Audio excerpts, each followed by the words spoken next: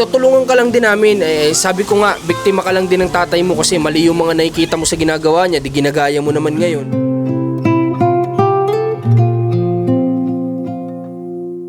Ayos ba yun? Sabihin mong payag ka. Payag po. Ito na nga kaya yung inaantay nating lahat na oras na alam nating makakatulong para sa anak ni Ate Ninya. Ano ba sabi mo sa Kuya Marcos, ma? Hindi ako malaya. Oh, ito, malaya ka. Final decision. Ha? Okay, final decision na to guys natin niya. Wala nang bawian.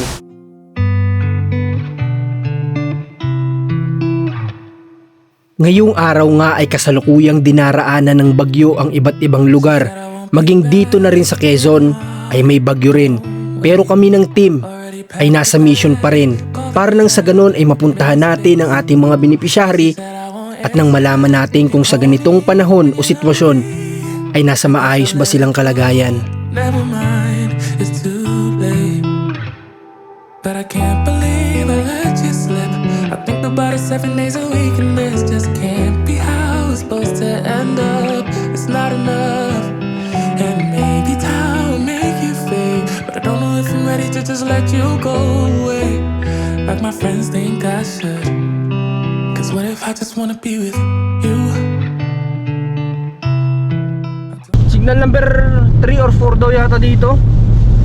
Pero kailangan natin mag-mission ngayon guys. Kasi paano natin malalaman yung sitwasyon ng mga beneficiary natin kung sa ganitong sitwasyon ay hindi man lang natin sila mabisita.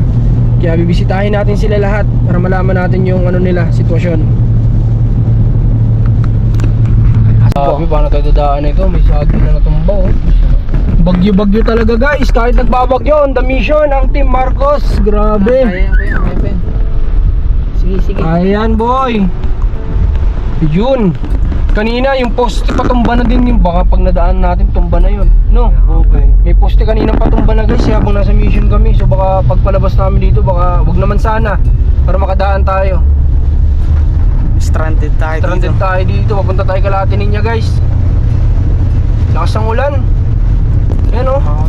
Bagyo-bagyo talaga. Check natin sila dun. Baka mamaya may problema pala, di ba? Go guys, kita-kits tayo kala Ate Ninya.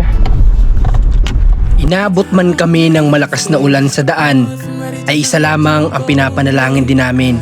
Nawa sana ay gabayan kami ni God at makarating kami sa pupuntahan namin ng maayos. I don't know what the hell I'm gonna do.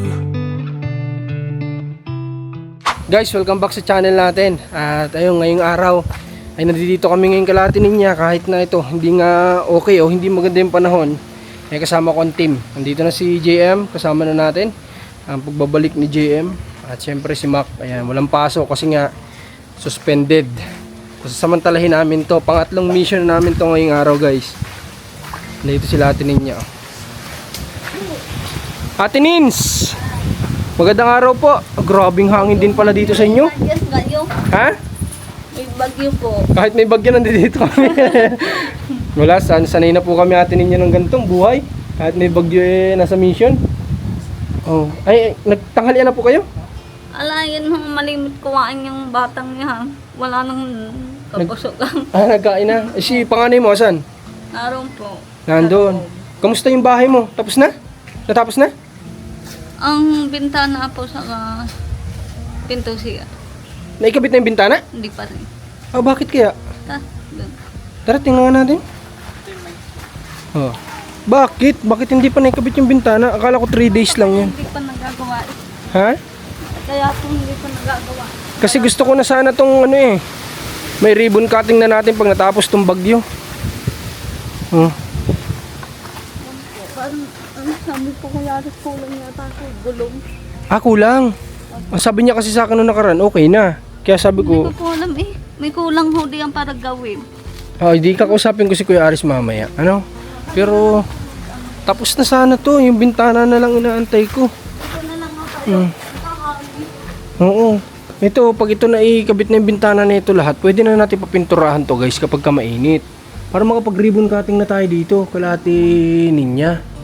Ito pala guys, bahay nila Ate Ninya. isinagad pala nila Kuya Aris lahat ito. Wala pala talaga ditong lulusutan. Alam mo yun, pati yung sa ano niya, sa division, sagad talaga siya sa taas, as in, di ba?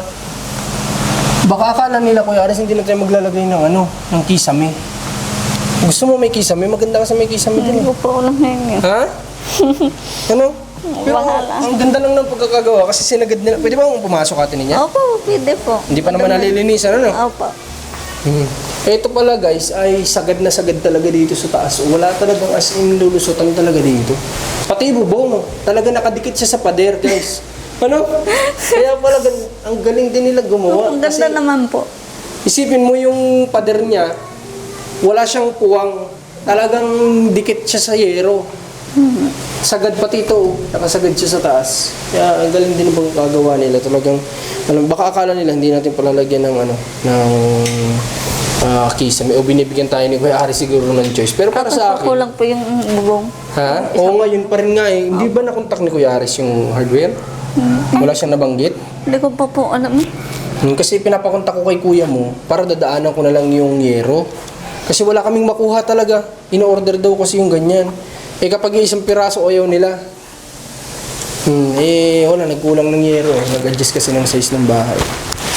Pero ang kulang na lang talaga bintana. Excited na ako mapinturahan to atanin yung bahay.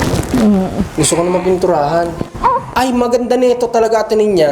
Hanggat wala yung bintana, makapagpintura. Kasi kapag nailagay yung bintana, madudumihan pa yun. Matutuluan. Ano? Pwede kausapin natin si Kuya Aris para mapinturahan na ito. Guys, kapag uminit bukas o isang araw, kuha na lang sila sa hardware. Ako nang bahala dun. Kuha na lang sila ng pintura. Larong pala kayo sa linggo kasama natin hindi. Sa birthday ng anak niya? Opo, at ninong po ako dun ay. Kaya, kayo po ba? Punta po ba kayo? Bahala na po kung hindi Maganda ko ang alam panahon. kung... Sasama kayo para sama-sama tayo doon. Saktong-sakto din naman itong anak mo dito. No, pero may pag-uusapan tayo mamaya tungkol dito, ha? Ha? Opo. Ang tibay guys, ganda pala ng ganito, pagbakal. Ito kasi yung first time ko muna magpagawa din na bakal yung gamit. Kasi sa Bicol, puro kahoy. Maganda pala pagbakal, matibay na siya. Naka-welding, tapos, kumbaga malinis pang tingnan kaysa sa kahoy. Idea to sa ating lahat na mas kumbaga halos di naman naglalayo ng presyo kahoy at bakal. Kunting-kunti lang naman dadagdag mo sa bakal ka na guys, di ba? Mas maganda pa to, matibay pa. Tapos naman na, almost done na to. Guys, pwede na nang siguro nating ipahabol yung kisame, pero gusto ko talaga guys, may kisame bago mag-ribbon cutting. Pero tanong natin si Kuya Aris, tapos magpapa-installation po tayo ng kuryente mo. Ano? Paano yung kuryente? Yung ililipat natin na kontador, paano? Kuya Aris po. Sino bang kakausapin dyan yung, yung, anong may hawak dito na kuryente? Kuya Aris na yung kausapin. Sige, para sa kuryente, Kasi kailangan guys, ma-installation na ito ng kuryente. Tama, kailangan may kisame talaga. Kasi yung lalagyan ng ilaw, ilaw, tapos saksakan, pindutan. Yun na lang. Ang instalasyon nito guys, wala namang problema kung nasa labas yan kasi may cover naman yan. Okay na yan kahit hindi nakalubog sa semento. Okay na yun, wala namang problema yun. Safe pa din naman yun. Nagustuhan mo ba yung bahay mo kahit di pa totally tapos? Nagustuhan mo naman? Oo nga po, cute nga. Gustuhan mo? Tsaka presko dito at tanin. Basta maging malinis ka lang. Ha? Okay, tara, punta tayo din. Doon tayo sa Tara, hakutin muna natin itong bigas. Nagdala tayo ng bigas kay ate niya kasi nga noong nakaraan sabi niya wala na silang bigas. Kaya dala natin ng 2 sako ng bigas. Tara.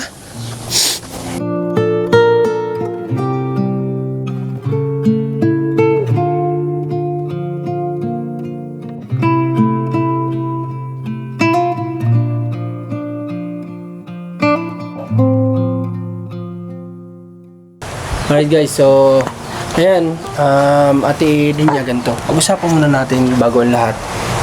Kanina nag-off cam kami guys kasi may napag-usapan kami about kay kuya niya. May napag-usapan din kami kasi galing nga kami doon. So, may mga nalaman lang din ako pero hindi na para ilabas ko sa video. Sa amin na lang yan. Liga, po ka ate Linya dito. Yun po, pati po Kuya Ate Ana yung kapatid ko sa ina. Oh, Nag-ano po sa Ate Isel. Huwag na daw tayo magpunta sa Siko. awag na daw. Ayaw daw po yung kapatid ko sa ina. Sinong kapatid ang may ayaw? Pa, Sinong kapatid ang may ayaw? kapatid namin po sa ina. May kapatid po kami sa ina. Ah, may kapatid kayo sa ina? Apa, Na babae? babae po siya. Nasaan siya? Sa Siko rin po. Ah, di ba't di ko alam yan? Huwag na lang daw po pupunta. Huwag na daw tayo pumunta kay kuya mo. Sabi ko, ano, sasabihin ko sa vlog kasi, kung nanonood po kayo, ano, o namang walang alam, nagpapatawad sa inyo. Kasi po kayo naman po una sa akin sa may kasalanan.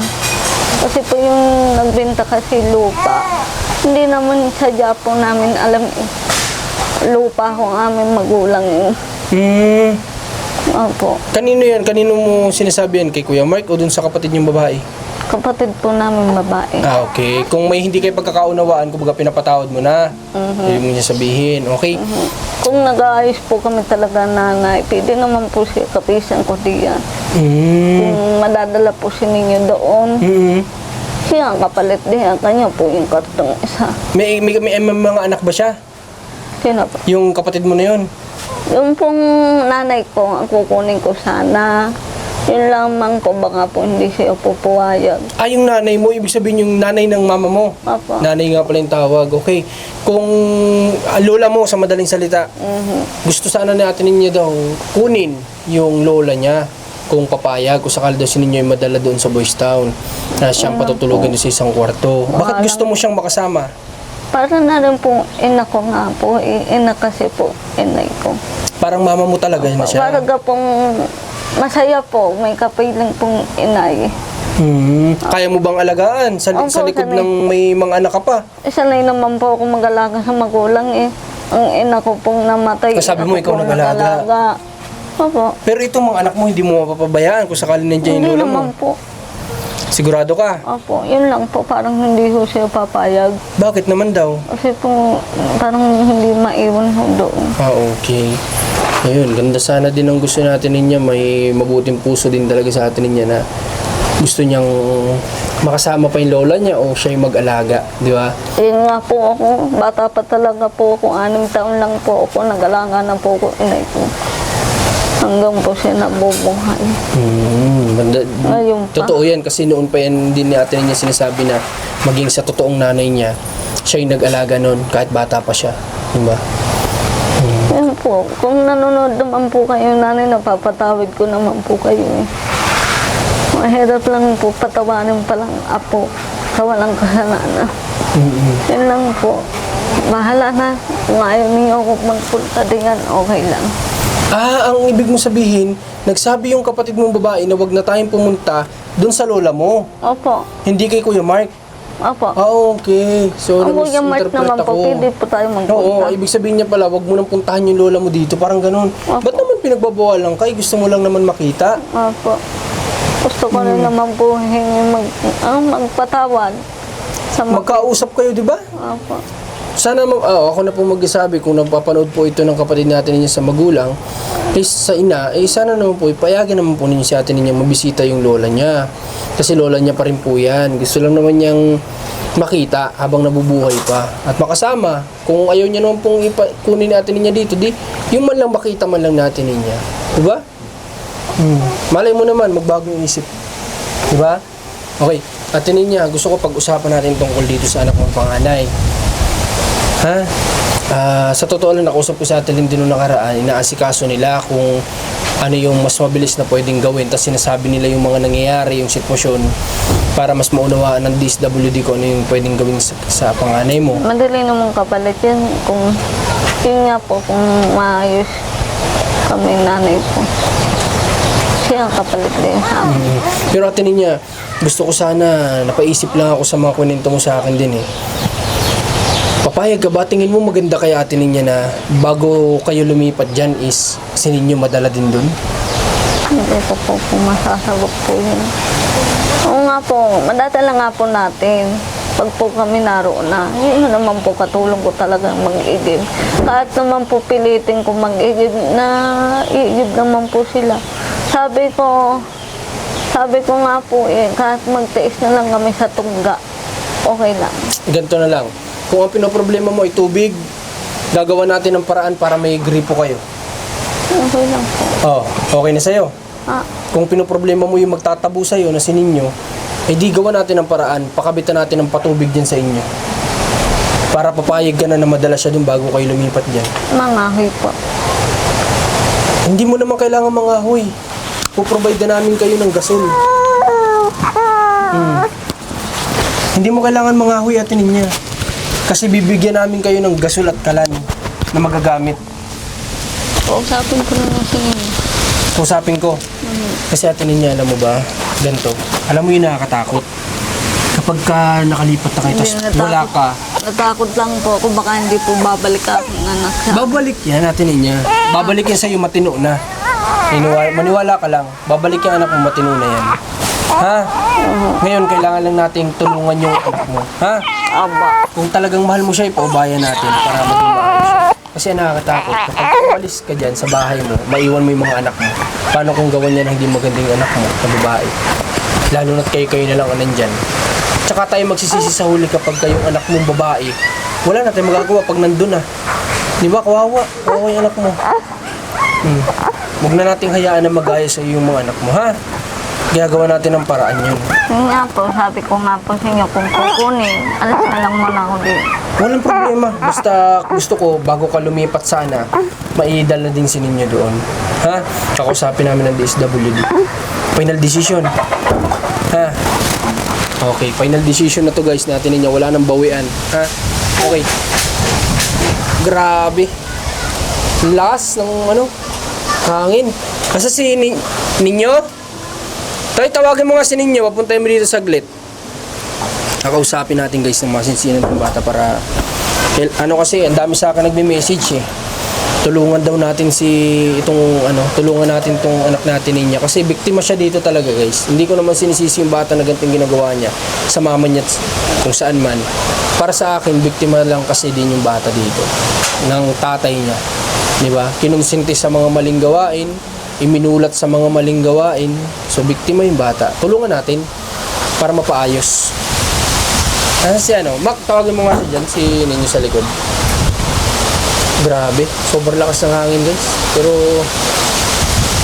sana safe naman yung lahat, no? Kasi nakakatakot lang sa ganitong lakas ng hangin, yung mabagsakan ng mga poste, puno. Kaya nakakatakot. Kaya sana safe naman lahat. Ninyo, ka? Buka dito.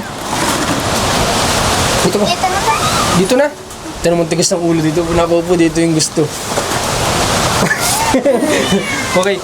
Nakausap ko si mama mo. Nung unang pag-uusap natin, di ba sabi mo naman, payag ka naman na mapalipat ka sa Boys Town. Di ba? Payag ka. Maganda doon.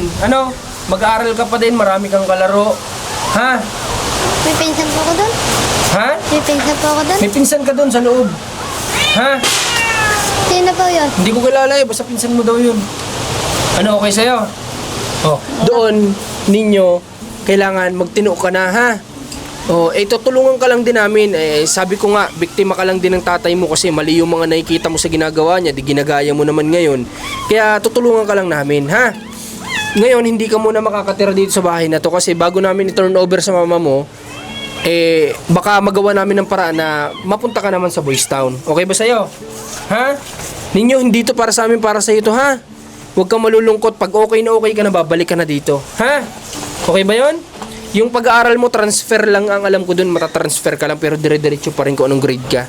Ha? Okay ba yon? Sigurado ka? Hindi sasama loob mo? Hindi. Mamaya yan. Pag umalis kayo, payak na yan. Iiyak ka ba? Huwag kang iiyak kasi doon, mapapabuti ka doon. Ha? Marami ka doon makakalaro, may basketballan doon. Ha? Tapos, may mga madre na mag-aalaga sa iyo, tuturuan ka ng tama.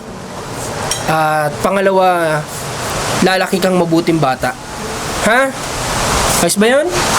Sabihin mong payag ka. Sabihin mo. Sabihin mo pumapayag po ako. Paano namin malalaman kung pumapayag ka? Sabihin mo pumapayag po ako. Sige, sabihin mo. Wait lang pala. Sige. Kukunin pala ako, may papaabot pala. Sige. Ano, ninyo? Sabi mo na lang, sige Kuya Marcos, payag po ako. Sabi mo, kung talagang payag ka. Sabi mo lang yung salita na yun, sabi mo lang. Sabi mo na lang, payag po ako. Payag po ako. Okay, so sige. Sa totoo lang ninyo, sabi ko nga sa iyo, hindi naman dapat tayo aabot sa gantong punto eh. Kaso nga lang mukhang kailangan mo ng tulong para mapaayos ka. Kawawa din tong kapatid mo, baka mamaya magawan mo ng di maganda.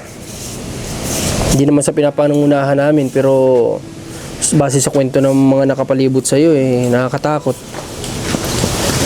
Tungkol yan saan? Nagpapabigay sa inyo. May nagpapabigay? Nagbisita po sa akin. Okay. Iniwan ko ang letter para sabihin na pahingi kaming 2 sombrero. Akala ko naman may problema. Pa-shoutout sa vlog mo. Dayan at Manuel. Taga Chaong Quezon yata to. Salamat and God bless you more. Ayan. May nagpapabot. Sino to? Wala kang pangalan? Bumisita dito?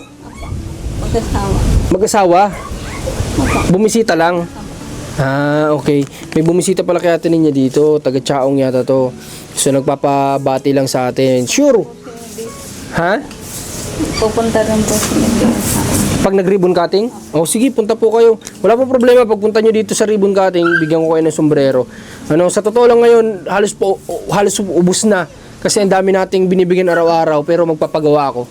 Ano, magpapagawa ako ng bago. At baka hindi na ganito. Kala ko madami pa eh. Oh, paubos na araw-araw kasi ang daming Ko rin po yung isang nainong po ari.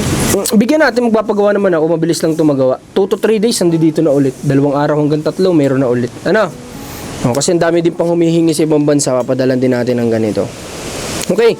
Muli, salamat kay Dayan at kay Sir Manuel. Ayan. O ano, niya pahig na to. Hindi na daw niya babaguhin. Tingnan ninyo mukha. Kung okay o ano, bayak mo. Hindi, kasi hindi mo kailangang umiyak. Makapaganda pa nga ilagay mo dun eh. Mas magiging masaya ka pa nga dun. Dami mong kalaro dun. Mahirap ka papasogan sa kapalahanan. Baka maipit pa. Ano, ninyo? Kaharap si mama mo, sabihin mo, okay. Okay ba sa'yo? Oh, pahig nga siya eh. Ikaw lang naman daw atin ninyo may ayaw. Ikaw lang daw eh. Mamaya pa yung sasabihin pag kayo nawala na. Pero sabi niya, ikaw lang daw may ayaw. Gusto naman daw niya. Sabi ko naman, magbago ka, hindi ko mamawala dito. Ay, ate ninya, Sure, mahirap mahirap na po kay ninyo na naaasahan nating mababago niya na nandito sa iyo. Kasi hindi nga, wala siyang kinakatakutan po ay. Kaya kailangan po natin ay doon may katatakutan siya, no? Masarama ka na. Sasama yun si ninyo, syempre. Walang aaway na siya doon, walang sisipa. Oo, wala sa iyong mag-uutos. No, tuturuan ka lang nila doon ng tamang asal. Ganyan rin naman sabi mo sa Kuya Marcos, yung nagbisita dito, wala ako na. Ano nga sabi mo sa Kuya Marcos, ma? Hindi ako malaya. Oh, ito, malaya ka. Tama si mama mo. Inay. Tama, naalala ko yung sinabi mo sa akin yun. Parang hindi ka malaya. Hindi ko nalilimutan yun. Sabi mo yun. O ano, ninyo, okay ha? Ha? Walang bawian yan ha?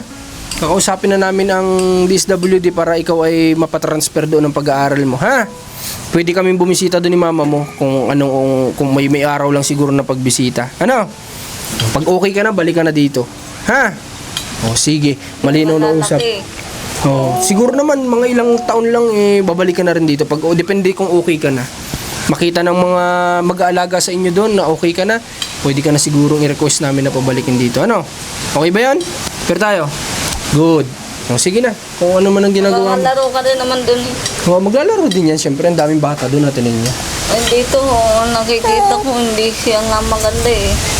Pati ako nasasaktan din. Kaya nga po. Hindi ko na lang po sabihin. Para din ate niya maging maayos yung anak mong lalaki at yung anak mong babae ay safe. Ano? Hindi makagaya po sa kung ano yung nadanasan mo, ha? Iniingatan lang natin yung mga anak mong babae at tinutulungan naman natin yung anak mong lalaki na mapaayos. Yun lang yun, ha? Sige, ganito ate niya, may cash pa ata ako dito. Ibigyan kita. Yung bigas, ano mo kay ate, ano ha? Para hindi naman kawawa sa pagbili ng para may aralay kayo dyan. Mama. Dagdag mo ulit sa pang allowance ninyo, ha?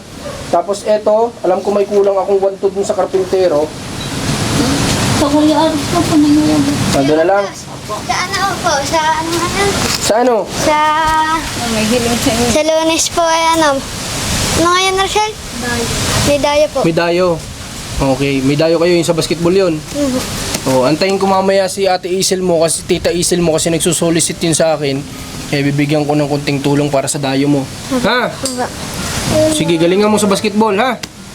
Gusto ko pag nandun ka na sa Boys Town, eh, may pagpatuloy mo yung laro mo, yung sports mo, ha? Okay ba yan? Oh, sige ninyo. Okay guys, so ngayon naman, kailangan ko puntahan si Kuya Ares dito, tsaka si yung karpintero. May kulang akong 1 maalala ko doon. Hindi ko na kinontak si Ate Lindy kasi nakakaya naman. Sabi ko pagbalik ko na lang dito natin bigyan yung kulang. Ano? Tap. Wag. Ha? Wag. Akong bahala dyan sa tindahan, ha? Sa kung ano man yung nakukuha ng merindahan dito. Okay, sige. Paano natin niya? Pupunta muna kami din sa karpintero. Gumagawa pala sila dyan. Samahan ko po. O, tara. Sabi din. Tara guys, pupunta tayo dito. May abot natin itong kulang. May kulang kasi tayo. Kailangan mabigyan natin. Siyempre, nagtatrabaho ng maayos na karpintero. So, dapat mabayaran sila ng maayos. Tara, let's go!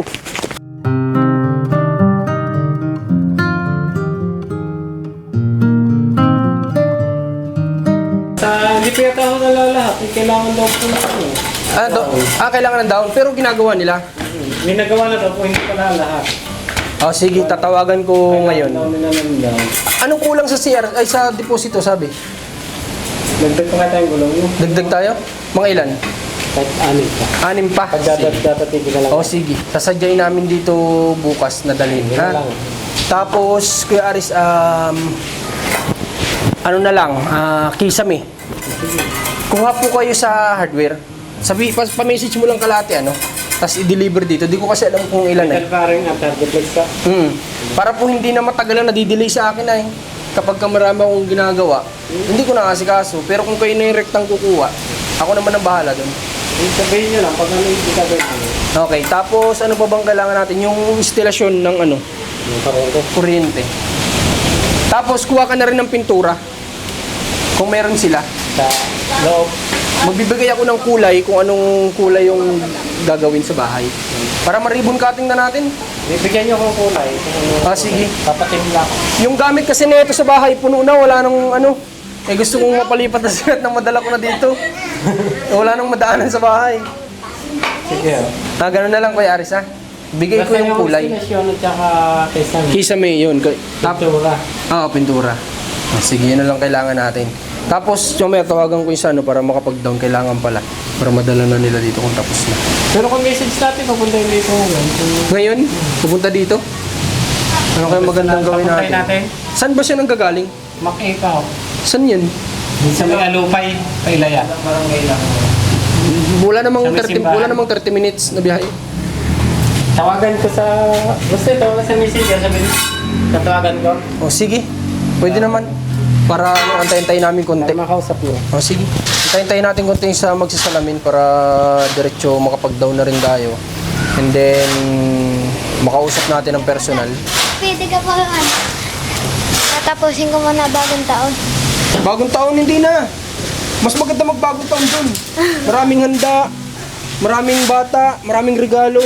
Pasko na lang po. Hindi na, huwag na natin paabutin dun. Matagal pa yun. Malapit na po yun. Papasko na rin naman, Kuya Ma. Sabi ko nga pala. September, October, November, December, ang tagal pa. Dadaan pang araw ng mga patay. Gusto kasi wala eh. Kasama ako. Balakad-lakad, kasama ko ng pinsa. Huwag mo isipin yung ano, mas maganda dun, magpasko't magbagong taon. Huwag mo sirain yan, baka galitan ka ng mayari. Mas maganda dun. Madaming regalo ka matatanggap. Tapos may Christmas party pa kayo ng mga bata dun. Okay, sige antayin natin yung nagkakabit ng ano ng bintana para diretso makapagpaano tayo, makapag-down and then maka-order sila Kuya Aris ng pintura, kisame, tapos instalasyon ng kuryente, then tapos na, ribbon cutting na. Guys, konting-konti na lang. hindi natin hayaan na matapos itong susunod na week na hindi pa natin mapa-ribbon cutting to, no? Para na sa ganun ay ano na tayo, wala na tayo masyadong isipin dito sa bahay natin niya. Maka ano din naman tayo, kumbaga makaisip din naman tayo ng ibang mga pwede pa nating tulong na magawa. Okay, antayin lang namin, then update kami mamaya.